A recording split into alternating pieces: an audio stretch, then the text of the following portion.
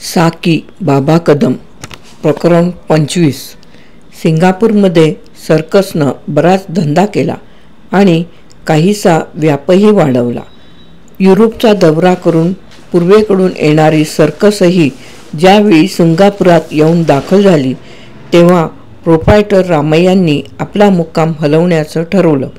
पण ती आलेली सर्कस मोडकळीला आली आहे अशी बातमी अच्युतनला लागली अन त्यानं ती प्रोप्रायटर रामय्यांना सांगितली व त्या सर्कशीमधले काही निष्णात खेळाडू आणि सामान मिळालं तर घ्यावं असं सुचवलं।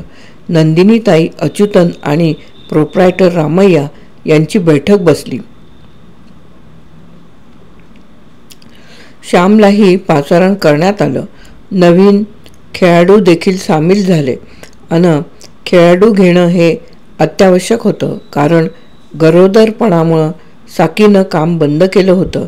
मारिया अन श्याम यांच्या संबंधात उठणारं वादळ शमवण्यासाठी अनेक कसरतपटू भरणा करणं देखील अत्यावश्यक वाटलं नंदिनीताईंना। इथंच सर्कसला तोफेतून उडणारी डच ॲगाथा मिळाली। 50 फूट मोटार उड्डाण करणारा स्पॅनिश कसरतपटू वॉर्नर लाभला। पांढऱ्या ऑस्ट्रेलियन घोड्यावर उभं राहून घोडी धावत असता कपडे बदलणारा नील हार्बर सामील झाला। नील हार्बरचे वैशिष्ट्य म्हणजे तो एकावर एक असे 6 कपडे चढवून धावत्या घोड्यावर एक ड्रेस उतरवत असे। सर्कशीतला विदूषक बाबल त्याच्या पहिल्या खेळातलाच ओरडला, "अरे पुरे पुरे, शेवटी नंगा होईल." प्रोप्रायटर रामय्यांची सर्कस खरोखरच आता समृद्ध झाली होती। श्यामच्या आगमनापासून सर्कसची भरभराट होत होती आणि आता नवीन कसरतपटूंच्या आगमनानं सर्कस वैभवाच्या कळसाला पोहोचली। श्यामला हे व्हायला हवं होतं, कारण पशुशिक्षणाला त्याला आता पुरेसा अवधी मिळणार होता। सर्कस पूर्वेकडे वाटचाल करू लागली। बोर्निओ सर्कस बोर्निओत येऊन दाखल झाल्यानंतर एक फार मोठा बदल घडला। श्याम आणि मारिया यांचे एकत्र खेळ समाप्त झाले। नंदिनीताई आणि रामय्या यांना बऱ्याच दिवसांपासून हा बदल करावयाचा होता, पण कुशल कसरतपटूंच्या अभावी तो बदल करता येणं शक्य नव्हतं। सिंगापुरात नवीन कसरतपटूंचा तयार संच हाती असल्यामुळे ते उद्दिष्ट साध्य झालं। या बदलामुळं साकीच्या मनातलं वादळ काहीसं निवळलं। साकी आणि श्याम ट्रेलरमध्ये राहत होती।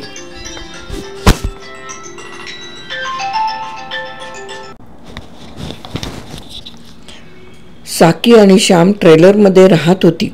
नंदिनीताईंनी श्यामला ट्रेलरसाठी जीप खरेदी करून दिली होती।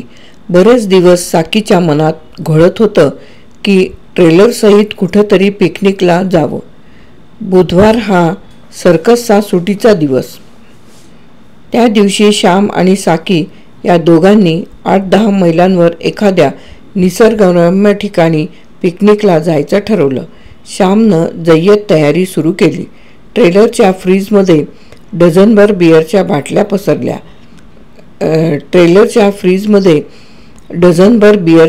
भरल्या। Roast chicken, sandwich, bread butter इत्यादी खाद्यपदार्थ मागवले। पण जायच्या वेळी श्याम म्हणाला, "अगं साकी, पिकनिकला मजा येण्यासाठी आणखी माणसं हवीत। आपण दोघंच तिथं जाऊन काय करायचं? मग घे सोबत आणखी 2-4 पण घ्यायचं कुणाकुणाला तूच ठरवते." साकीनं क्षणभर विचार केला आणि म्हणाली, "नंदिनीताई, सर रामय्या आणि का अडखळलीस? आणि कोणी यावं सोबत असं वाटतं? बोल." "मारिया येते का विचार."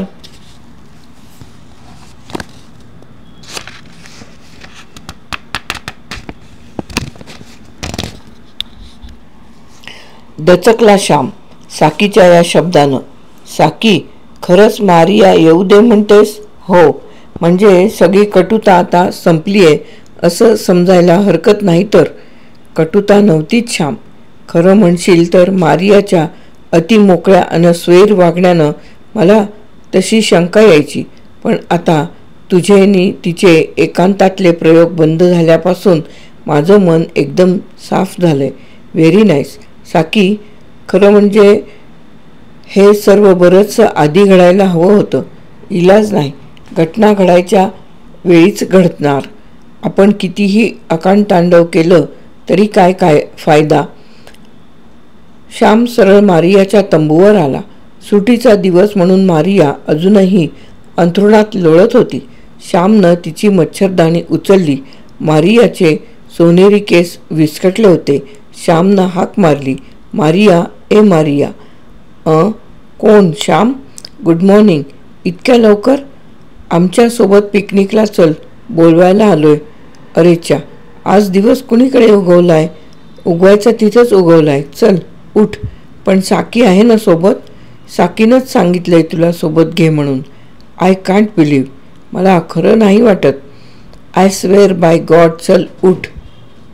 मारिया उठली, दीर्घ जांभई दिली, हात पसरून आळस दिला आणि म्हणाली, आज मला ख्रिसमससारखं वाटायला लागलंय. तू चल पुढं, मी सारं आटपून अर्ध्या तासानं येते. अरे पण जायचं कुठं सांगितलंच नाहीस. लेक विंडसर. लेक विंडसर? ओ व्हेरी नाईस. मी खूप ऐकलं आहे. जागा फारच सुंदर आहे म्हणे. मी बंदूक घेऊ का रे सोबत? ग्रीन पिजन्स मिळाले तर बघू. काय घ्यायचं ते घे. साकीनं मासे धरायचं साहित्य घेतलंय. नंदिनी ताई आणि रामय्या येतात का ते पाहून येतो मी. रामय्यांना काही महत्त्वाचं काम असल्यानं ते येऊ शकले नाहीत. नंदिनी ताईंनी मात्र यायचं कबूल केलं. अतिपूर्वेकडील महत्त्वाची अशी 5 शहरं कोणती असं विचारलं तर पहिल्या 3तच बोर्निओचं नाव घ्यावं लागेल. शहर विस्तीर्ण, जुन्या व आधुनिक इमारतींबरोबरच प्राचीन संस्कृतीची निशाणी म्हणून काही जीर्ण इमारती मोठ्या आस्थेनं जतन करून ठेवल्या होत्या. पडझड झालीच तर तत्काळ दुरुस्ती करण्यात येत होती.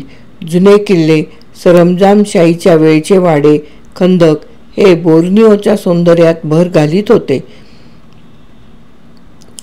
बोर्निओच्या आसपास सुंदर उपवनं होतीच, पण शहरापासून लेक विंडसर नामक एक अत्यंत रमणीय ठिकाण होतं.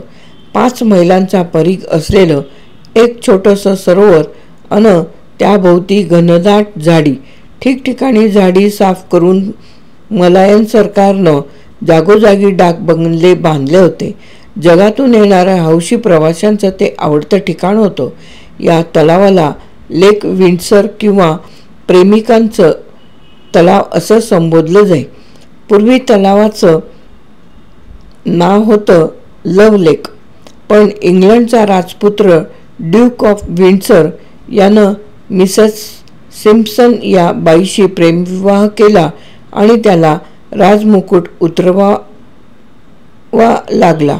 पण त्या बहादरानं प्रेमाखातर साम्राज्याला लाथ मारली आणि सिम्पसन बाईशी विवाह केला.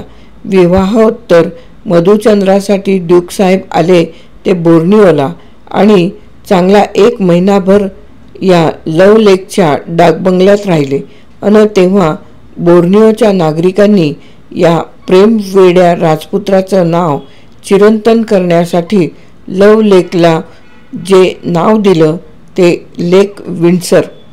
लेक विंडसरचं दुसरं खास वैशिष्ट्य हे की जगात इतरत्र दुर्मिळ असे ब्लॅक स्वान, काळे राजहंस इथं भरपूर दिसायचे. तलावासमोर सभोवारचा डोंगर झाडीनं दाटलेला. असंख्य प्रकारचे अनजातीचे पशुपक्षी या भागात विपुल प्रमाणात आढळत. शिवाय लायन फिश नावाचा अत्यंत चविष्ट असा मासा त्या तलावात गळानं पकडणं हाही तिथं मौजेचा असा प्रवाशांचा कार्यक्रम असायचा. पण या लायन फिशचं दुसरं वैशिष्ट्य हे की तो लेक विंडसरच्याच पाण्यात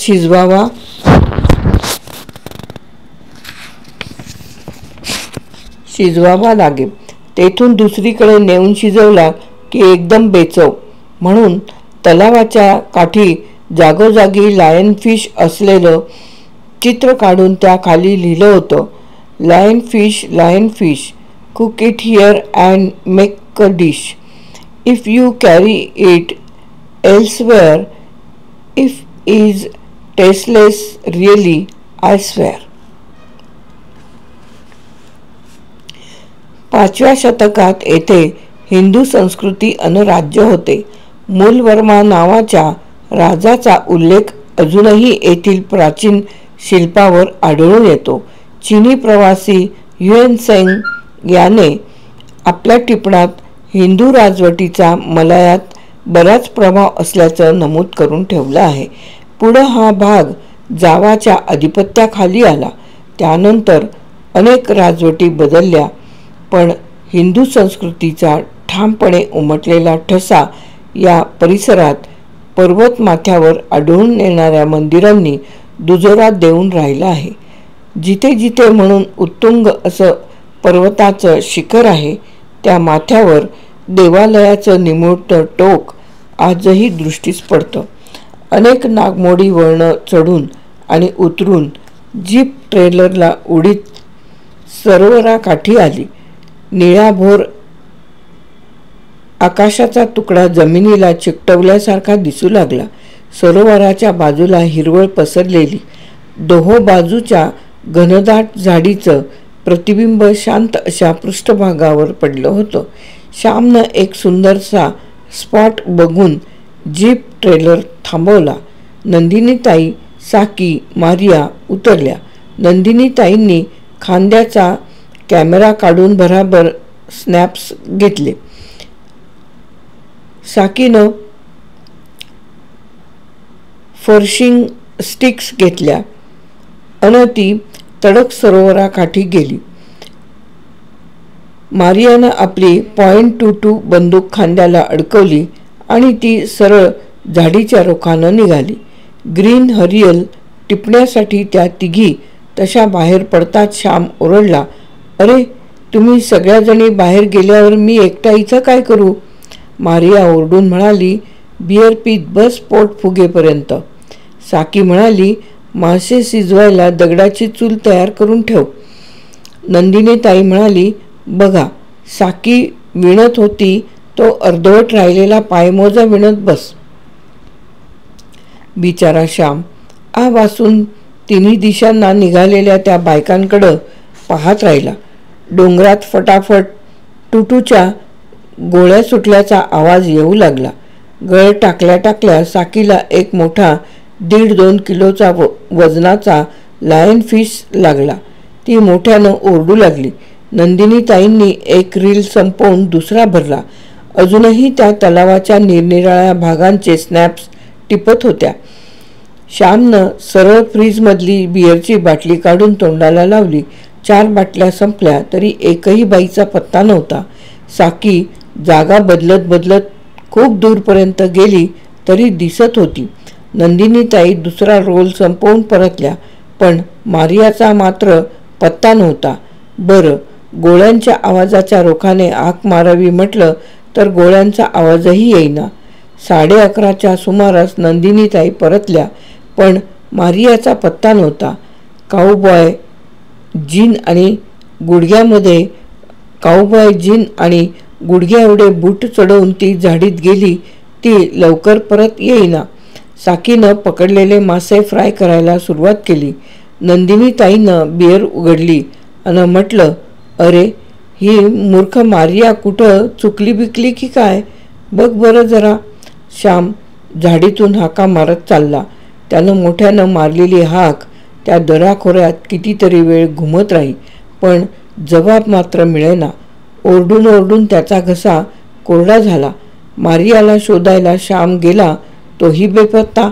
अर्धा तास झाला, 1.5 तास झाला तरीही दोघांचा पत्ता नाही. श्याम अजूनही ओरडत चढत होता. चढून चढून पायात गोळे आले. त्याला एक भयंकर शंका आली, या जंगलात श्वापद तर नसतील? कदाचित मारियानं आपल्या निशाणबाजीवर अवास्तव आत्मविश्वास ठेवून एखाद्या पॅन्थरवर गोळी तर झाडली नसावी. कदाचित जखमी होऊन त्यानं मारियावर झडप घातली नसेल कशावरून. आता समोर उंच टेकडीवर दिसते त्या झाडापर्यंत जायचं आणि शेवटची हाक मारायची असं ठरवून श्याम रखडत रखडत वर चढला. सारी शक्ती एकवटून त्यानं हाक मारली, मारिया. कू. त्यानंतर झाडावरून आवाज आला. श्यामनं वर मान करून पाहिलं. मारिया झाडावर बसली होती, हसत होती श्यामकडं पाहून. जवळच तिनं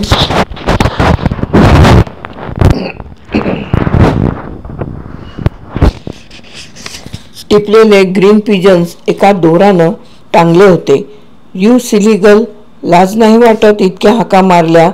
ओ का नाही दिलीस? एका माणसाची गंमत करायची होती. मूर्ख, खाली उतर अगोदर. इथं कशाला कडमडलीस? अरे जरा वर येऊन बघ ना, सरोवर कसं छान दिसतं इथून, आरशासारखं स्वच्छ चकचकीत. दूरवरची झाडी, निळे निळे डोंगर. अरे बघ तरी किती छान लँडस्केप दिसतं ते. मी पाहिलंय, दिसतं इथून. उतर बघू खाली. श्याम, अरे चढताना सोपं वाटलं, पण उतरणंच जमत नाही बघ. त्यात ही घट्ट पॅन्ट. ती बंदूक टाक खाली पाठीची अन उतर हळूच. पण बंदूक खाली देऊन देखील मारियाला उतरता येईना. मारिया, हा तुझा फाजीलपणा आहे. उडी टाक आणि हातपाय मोडून घे. मारिया हसत हसत म्हणाली. सर्कशीत काम करणाऱ्यांना असलं बोलणं शोभत नाही मारिया. सर्कस ती सर्कस.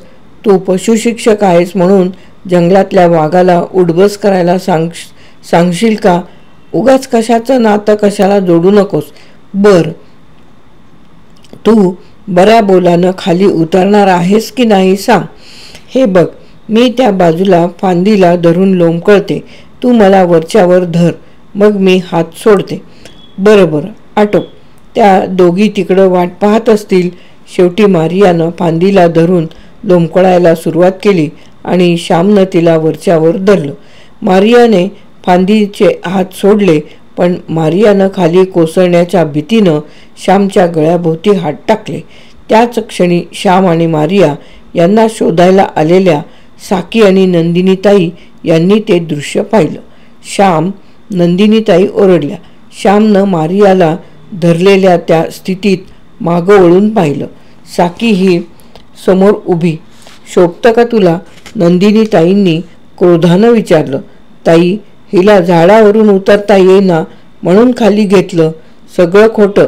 आम्हाला सोडून इथं बाजूला हे चाळे करण्यासाठी सारं नाटक, नंदिनीताई म्हणाल्या. साकी रागानं लालेलाल झाली होती. तिचे ओठ थरथरत होते, पण अतीव क्रोधामुळं मुखावाटे एकही शब्द बाहेर पडत नव्हता. मारिया श्यामपासून दूर होत म्हणाली. नंदिनी, तूही मूर्ख असशील असं वाटलं नव्हतं. तू फार शहाणी आहेस. दिसलं आता. ही साकीसारखी म्हणायची तेव्हा मला खरं वाटलं नव्हतं. पण ताई, आमचा तसा काही उद्देश नव्हता. श्याम म्हणाला. तूही दांभिक आहेस. चल साकी, यांच्याशी आता जास्त बोलणं देखील नको. नंदिनी, थांब. असा पोरकटपणा करू नकोस. श्याम सांगतो ते सारं सत्य आहे आणि या उपर तुला विपरीत अर्थ काढायचा असेल तर मात्र इलाज नाही. Shyam is innocent. Don't try to teach me. साकीला हाताला धरून टेकडीवरून खाली उतरत नंदिनीताई म्हणाल्या. मारिया आणि श्याम त्यांच्या मागोमाग काही एक न बोलता टेकडी उतरत होते. मग कुठलं जेवण खाणनी काय, सारं काढलेलं सामान परत ट्रेलरमध्ये भरलं. आनंदावर विरजण पडलं. श्यामनं जीप ट्रेलरला जोडली आणि तो ड्रायव्हिंगला बसला. मारिया ट्रेलरमध्ये न बसता श्याम शेजारी जीपमध्ये येऊन बसली. जीप निघाली. लेक विंडसरकडे कुणाचं लक्ष जाईना. सृष्टी सौंदर्य तेच होते, पण आता मात्र तो तलाव सर्वांनाच भयाननं भकास वाटू लागला. श्यामच्या डोक्यात गणाचे घाव घालावेत असा भास होत होता. तो चिडखोरपणानं शेजारी बसलेल्या मारियाला म्हणाला. बघितलंस, तुझा फाजीलपणा नडला की नाही? त्याच फाजीलपणा कसला रे? तूही त्यांच्यासारखा मूर्खपणानं बोलतोस का? पण मारिया, आपणाला तशा अवस्थेत त्या दोघांनी पाहायला नको होतं. सगळं खरं, पण आता इलाज नाही. पण खरं सांग, माझ्या किंवा तुझ्या मनात तसा काही हेतू होता का? मला तसं धरल्यानंतर तुला काय वाटलं?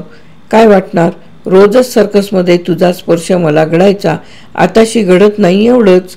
मग यांनी असा विपरीत अर्थ का काढावा?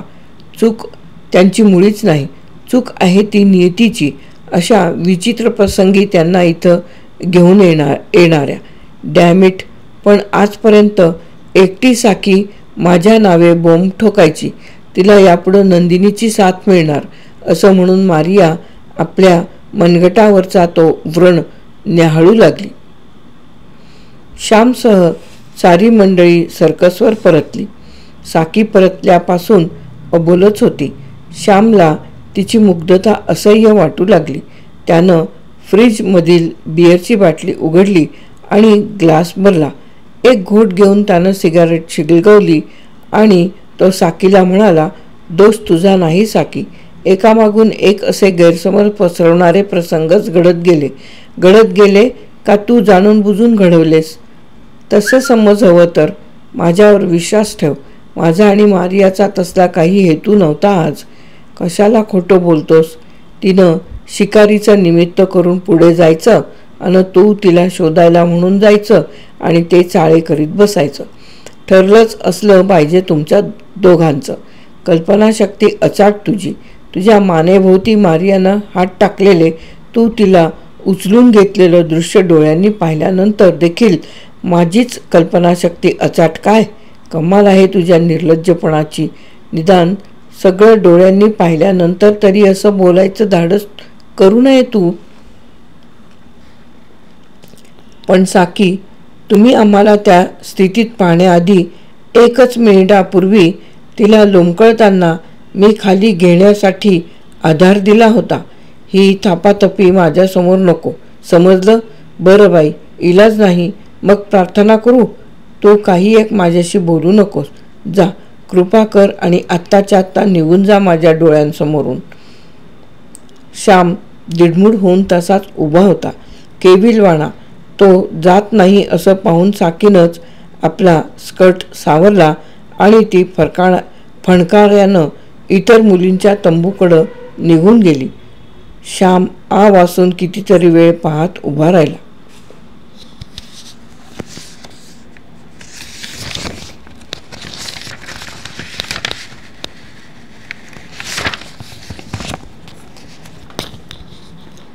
प्रकरण 25 येथे समाप्त. प्रकरण 26. दुसऱ्या दिवशी श्याम दिवसभर ट्रेलरमध्येच बसून होता. नाही म्हणायला सकाळी जनावरांचा खाना घालायच्या वेळी मात्र तो जातीनं हजर होता. त्याला हजर राहावंच लागे, कारण जॅग्वार आणि बॉबी तो समोर दिसल्याशिवाय खानाच खात नसत. ट्रेलरवर परत येऊन त्यानं घड्याळाकडं पाहिलं. दुपारचा 1:30 वाजत होता. साकीचा अबोला अद्यापही थांबला नव्हता. तेव्हा दुपारचा एखादा मॅटिनी पाहावा म्हणून त्यानं जीप बाहेर काढली. थिएटरवर येऊन बाल्कनीचं तिकीट काढून तो जिन्यावरून वर चढला आणि काय, समोर मारिया बाल्कनीसमोर गच्चीत खुशाल सिगरेट पीत उभी. श्यामला पाहून ती हसली आणि म्हणाली, का झालं तेवढं पुरं झालं नाही वाटतं? मारिया, तू इथं कशी? जसा तू तशी मीही फार अस्वस्थ वाटू लागलं रे सकाळपासून. सिगरेट घे. मारियानं सिगरेट केस श्यामसमोर धरली. मारिया, सर्कसमध्ये कालच्या प्रसंगापासून मोठी बोंबाबोंब उठलीये. नंदिनी ताई देखील माझ्याशी सरळ बोलल्या नाहीत आज. तेव्हा आपण पुन्हा एकत्र कुणाला दिसलो तर गजबच उडायचा. मी जातो दुसऱ्या सिनेमाला. थांब, आपण दोघंही कुठेतरी दूर जाऊ. आज आपण खूप खूप बोलू. येतोस? चल, कुठे जायचं? कालच्या सरोवरावरच घे. त्या दोघांनी 5 मिनिटं बसू देखील दिलं नाही. त्याला जबाबदारही तूच. ते असू दे, पण गाडी वाईन शॉपकडं घे. काहीतरी भलतंच. दिवसाच घेणार ड्रिंक्स? थोडं घेते, पण रात्री सर्कस खेळणार आहेस ना? खेळणार तर पण थोडं घेतल्यानं कुठं बिघडतंय? कित्येक वेळा मी प्रमाणात मद्य घेऊन कसरत केली आहे. जशी तुझी इच्छा. मारियानं स्कॉचची एक बाटली, ग्लास, सोडा, स्नॅक असा सारा सरंजाम खरीदला आणि जीपमधून ती दोघं लेक विंडसरच्या किनाऱ्यावर येऊन पोहोचली. ड्रायव्हिंग करायचं असल्यामुळे श्यामनं अगदीच थोडं मद्य घेतलं. आज श्याम अशा ठिकाणी 1-4 दिवस राहावं बघ. राहायला नाही मिळालं तरी शेवटी मरते समयी तरी इथे येऊन मरावं. ग्लास भरून घेता घेता मारिया म्हणाली, व्हॉट नॉनसेन्स. काय मूर्खासारखं बोलतेस? रिअली? तुला विस्की चढते. संध्याकाळी खेळाचं लक्षात असू दे. ओह, डोंट वरी. ही संपवून आणखी एक संपवून टाकेन, समजलास? असा जादा आत्मविश्वास चांगला नाही मारिया. का? काय होतंय? जाऊ दे, पण मला तू आज थोडी रेकलेस दिसतेस.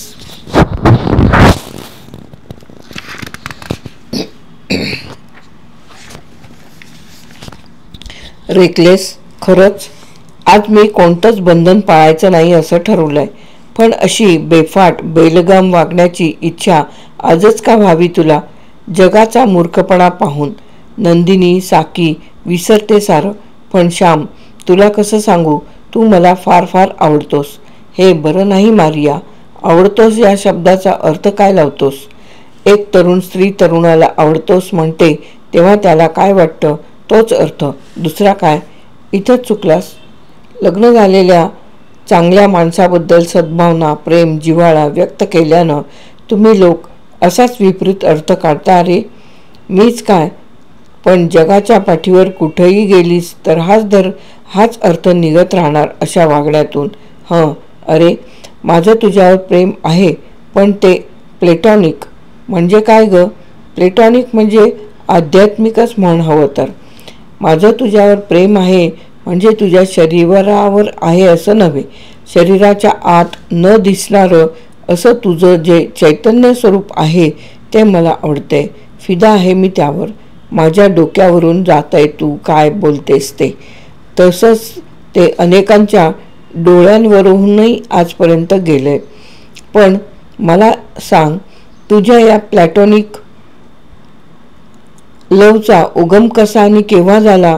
मी तुला अँटोपासून वाचवलेल्या क्षणापासून? छट, तसं असतं तर स्वार्थापोटी घडलंय असं मी मानलं असतं. मग केव्हा? तू प्रथम पुण्यात तुझी कुत्री घेऊन आम्हाला प्रयोग करून दाखवलेस त्या दिवसापासून वाटलं की बस्स, अशी जिद्द, अशी धमक हवी. आणि काय? नंतर एकामागून एक असे अनेक प्रसंग घडत गेले की तुझ्याविषयीची आत्मीयता अधिकाधिक दृढ होत गेली. तू अँटोपासून बचाव केलास, कोर्टात माझी इज्जत राखलीस. माझं कर्तव्य मी केलं. हे सर्कशीतल्या प्रत्येकाचं कर्तव्य होतं. पण सगळे सोडून तूच धाव का घ्यावीस माझ्या मदतीला? सांग, तू मला आवडत होतीस. आता सांग, मी आवडत होते म्हणून माझ्या देहाचा उपभोग घ्यावा असं कधी वाटलं तुला? काय विचारतेस हे मारिया? मग तू तरी मला का विचारलंस श्याम? अरे वेड्या, गुलाबाच्या फुलाचा सुगंध हुंगायचा असतो.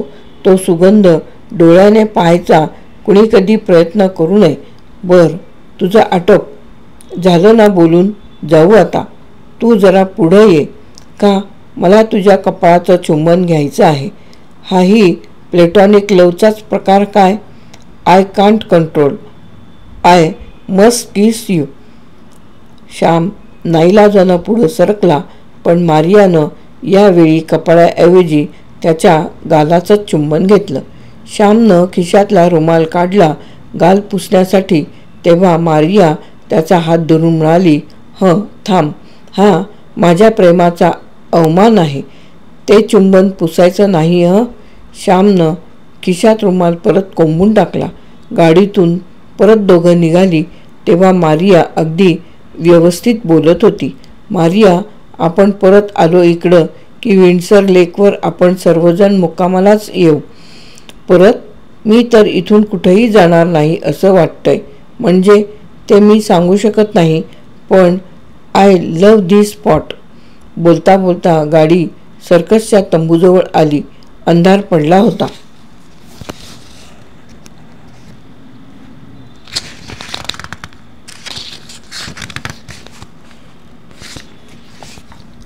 मागच्या फाटकातून गाडी आत घेतली आणि समोरच नंदिनी आणि प्रोप्रायटर रामय्या उभे. जीप जवळ येऊन प्रोप्रायटर रामय्या श्यामला म्हणाले, काय ताळतंत्र सोडायचं ठरवलंय काय? What you mean sir? मारियानं उलट सवाल केला. काल इतका प्रकार झाल्यावर देखील आजही दोघं मिळूनच गेलात ना? गेलो नव्हतो, बाहेर भेट झाली आमची, श्याम म्हणाला. श्याम, तू आता अधिक बोलू नकोस. ओळखायचं ते मी आता ओळखून चुकले आहे. उगीच त्या गरीब साकीला आजपर्यंत दोष देत होते. नंदिनी ताई म्हणाल्या. ठीक आहे, चल श्याम, लवकर तयार हो. इतकं बोलून ती पती-पत्नी तेथून निघाली. मारियाशी चकार शब्द देखील ती बोलली नाहीत. पण मघात या दोघांच्याही नजरेत मारियाविषयी ओतप्रोत तिरस्कार दाटल्याचं दिसत होतं. मारिया उतरली आणि हातातली बॅग फिरवत फिरवत ती आपल्या तंबूत शिरली. श्यामला नंदिनी आणि प्रोप्रायटर रामय्यांचं आजचं वागणं अत्यंत विकृत असं वाटलं.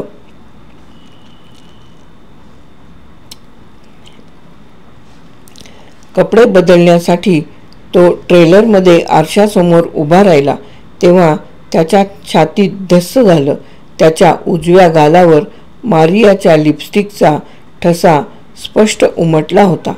आत्ता त्याच्या लक्षात आलं, मगा नंदिनी आणि प्रोप्रायटर रामय्या त्याच्याकडं रागानं पाहत का गेली ते. बँड वाजत होता.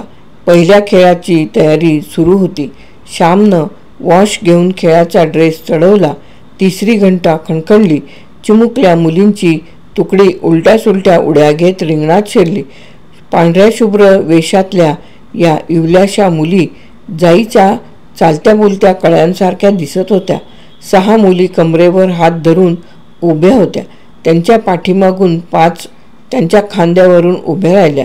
अशी कसरतीची कमान इतकी उंच झाली की शेवटी एक चिमुरडी पोर शेवटच्या 2 मुलींच्या खांद्यावर पाय ठेवून उभी राहिली. तेव्हा सर्कसमध्ये टाळ्यांचा गजर घुमला. त्यावेळी सर्कसमधले सर्व दिवे मालवले होते आणि वरून सर्च लाईटवरून हिरवे निळे प्रकाशझोत त्यांच्या अंगावर फेकले जात होते. प्रसंगाचं औचित्य राखण्याला योग्य असे स्वरालाप डफरीन मास्तरांचा बँड ताफा वाजवत होता. नंतर चिनी पोरींचा कब्बशा बेतावर फिरवण्याचा खेळ झाला. साकी सर्कशीत काम करायला थांबल्यापासून आता ही कामं दुसऱ्यांना शिकवणं भाग होतं. ऑस्ट्रेलियन नील हार्बरनं धावत्या घोड्यावरची कसरत केली. वॉर्नरनं मोटारीचं उड्डाण केलं. श्यामनं जनावरांची कसरत घेतली. बोर्निओच्या रसिक प्रेक्षकांनी टाळ्या वाजवून श्यामचं अभिनंदन केलं. शेवटचा खेळ राहिला मृत्यूगोलात मोटारसायकल फिरवण्याचा. हा खेळ अँटो गेल्यापासून मारिया एकटीच करायची. रोज ती डोक्याला हेल्मेट संरक्षक टोपी चढवून यायची. पण ती आज आपला सोनेरी बॉबकट उडवत आली. मृत्यूगोलाचं दार उघडलं तेव्हा ते दार उघडणाऱ्या पोरानं श्यामला खुणेनं जवळ बोलावलं. श्याम अच्युतनशी काहीतरी बोलत होता. त्याला मृत्यूगोलापाशी पोहोचायला 1 मिनिट विलंब झाला. तेवढ्यात मारियानं आत जाऊन गोलाची झडप बंद करून घेतली होती आणि ती किक मारून मोटारसायकल सुरू करण्याच्या पावित्र्यात होती. श्यामला जेव्हा त्या पोरानं सांगितलं मारियाच्या तोंडाला दारूचा भपका येतोय, तिचा तोल ढळतोय, तेव्हा श्याम ओरडला, मारिया थांब, आजच हा खेळ करू नकोस, आजचा हा खेळ करू नकोस. पण श्यामचे शब्द पुरे होण्याआधीच मोटारसायकल सुरू झाली आणि मारिया त्यावर स्वार होऊन उभ्या आडव्या फेऱ्या काढू लागली. 1 2 3 4 10 20 30 घुई घुई घर घुई. मोटारसायकल रोजच्या सरावाप्रमाणे फेऱ्या काढत होती. इतक्यात मारिया किंचाळली, श्याम सेव्ह मी. ब्रेक्स लागत नाही, गाडी कंट्रोल होत नाही. घुई घुई श्याम, सेव्ह मी. श्यामनं मृत्यूगोलाची झडप उघडून धावती मोटारसायकल अडवण्याचं ठरवलं देखील, पण झडप उघडायच्या आतच मारिया गोलाच्या वरच्या भागात असतानाच मोटारसायकल अंगावर येऊन कोसळली. पुढचा हँडल तिच्या छातीत घुसला होता. डोक्यालाही जबर मार बसला होता. मारियाला झडप उघडून बाहेर काढली. सर्कसचे सर्व प्रेक्षक भयभीत होऊन तंबूत उठून उभे राहिले होते, पण प्रोप्रायटर रामय्यांनी तत्काळ एक मोठा पांढरा कपडा मृत्यूगोलाभोवती गुंडाळण्याची ऑर्डर करताच सारे जण समजून चुकले की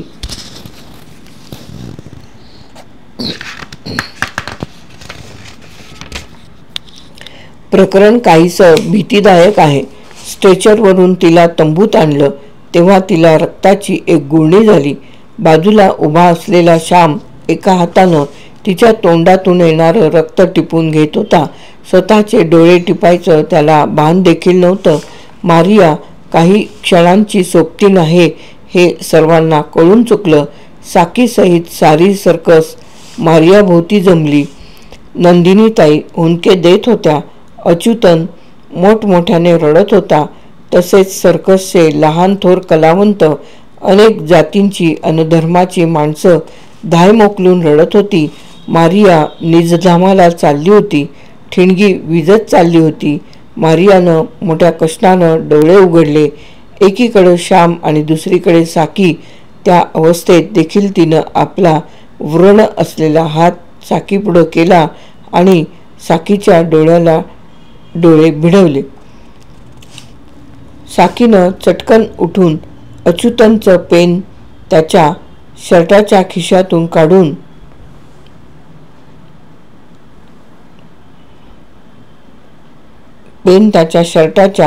खिशातून काढून घेतलं आणि आपल्या तळहातावर शाई झाडली.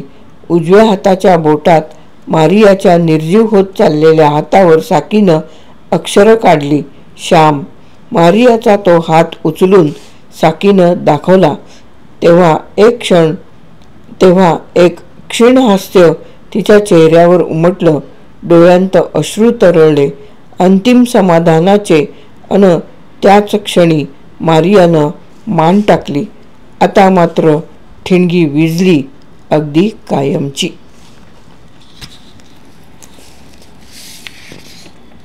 साकी बाबा कदम यांची कादंबरी येथे समाप्त.